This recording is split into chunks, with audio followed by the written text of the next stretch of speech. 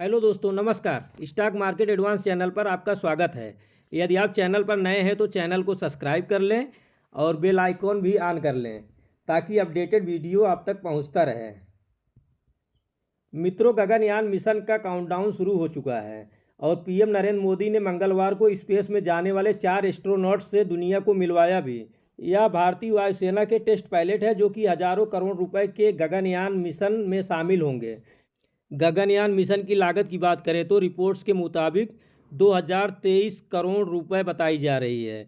देश का यह मिशन इसलिए भी बेहद खास और अहम है क्योंकि पहली बार भारत इंसानों के साथ स्पेस मिशन लॉन्च कर रहा है। इसरो के इस मिशन में जिन कंपनियों ने अपना योगदान दिया है उसमें टाटा ग्रुप से लेकर पुष्पक एरोस्पेस तक शामिल है। हिंदुस्तान एरोनॉटिक्स लिमिटेड के अलावा Tata Elxsi, Larsen and Toubro, KCP infra और पुष्पक एरोस्पेस एंड डिफेंस ने इसमें रोल निभाया है।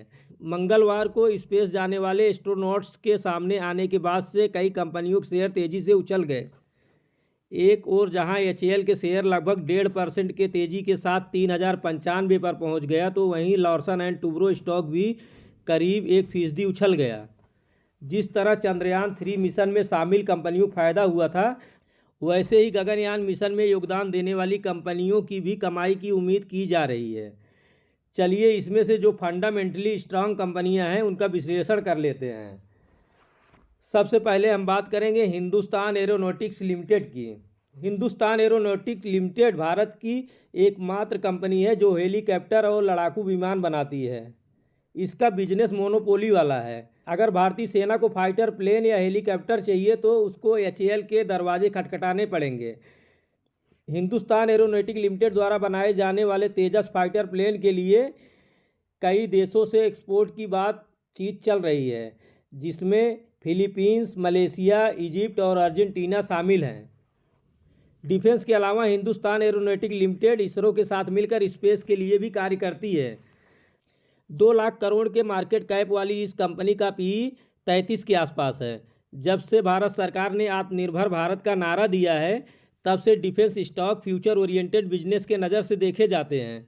इसलिए हिंदुस्तान एरोनॉटिक्स लिमिटेड का वैल्यूएशन के लिहाज से बिल्कुल परफेक्ट कंपनी है।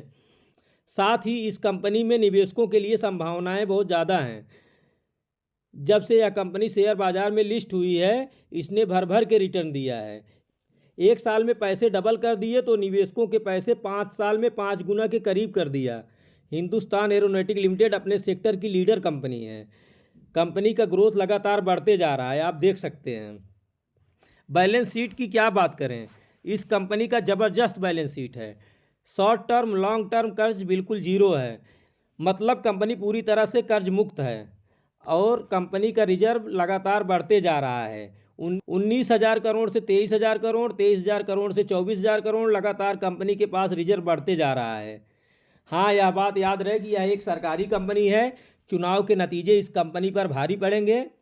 आने वाली सरकार ही तय करेगी कंपनी का भविष्य क्या होगा। यह बात निवेश करने से पहले आपके दिमाग में होना अति आवश्यक है। प्रमोटर होल्डिंग 70% के ऊपर है। विदेशी निवेशकों ने भी भर भर के इस कंपनी में पैसा लगाया हुआ है। एफआईज की होल्डिंग लगभग 13% है। डीआईज की होल्डिंग भी 9% के आसपास है। पब्लिक मात्र 6% है। तो दोस्तों, आप देख सकते हैं जिस कंपनी में पोटेंशियल ज़्यादा होता है वहाँ पब्लिक बिल्कुल गायब होती है। सारे शेयर घरेलू और विदेशी इंस्टीट्यूशन दबा कर रखे हुए हैं। अब बात करेंगे लार्सन एंड टुब्रो लिमिटेड की, यानी एलएनटी की। मित्रों, यह कंपनी कम, इंडस्ट्री ज़्यादा है, मतलब यह कंपनी हर सेक्टर में है। इसका मेन सेक्टर इंफ्रा है, लेकिन इंफ्रा के अलावा डिफेंस, आईटी जैसे हर सेक्टर में यह कंपनी काम करती है। कंपनी का बुक ऑर्डर बहुत बड़ा है, लगभग 4 लाख करोड़ के ऑर्डर कंपनी के पास पड़े हुए हैं। भारत की ग्रोथ स्टोरी में इस कंपनी का रोल अहम रहने वाला है क्योंकि यह भारत की प्रमुख इंफ्रा कंपनी है। अगर भारत को विकसित होना है तो इंफ्रा डेवलपमेंट सबसे ज़्यादा ज़रूरी है। इसलिए इस कंपनी के सामने ज़बरदस्त अपॉर्चुनिटी मौजूद है। यह कंपनी चाहे जितना चाहे उतना खुद का विस्तार कर सकती है। यह एक ब्लू चिप कंपनी है और निफ्टी 50 का हिस्सा भी है। 5 लाख करोड़ के आसपास की मार्केट कैप वाली इस कंपनी का पीई रेशियो 38 के आसपास है, यानी कि कंपनी का वैल्यूएशन बहुत ज़्यादा नहीं है। जिस हिसाब से कंपनी में पोटेंशियल है, पिछले एक साल में लगभग 65% का रिटर्न, तो 5 साल में कंपनी ने ज़बरदस्त रिटर्न अपने निवेशकों के दिए हैं। कंपनी अपने सेक्टर की लीडर है। रेवेन्यू और प्रॉफिट ग्रोथ इस कंपनी का क्या ही कहना। लगातार कंपनी का सेल्स ग्रोथ बढ़ते जा रहा है।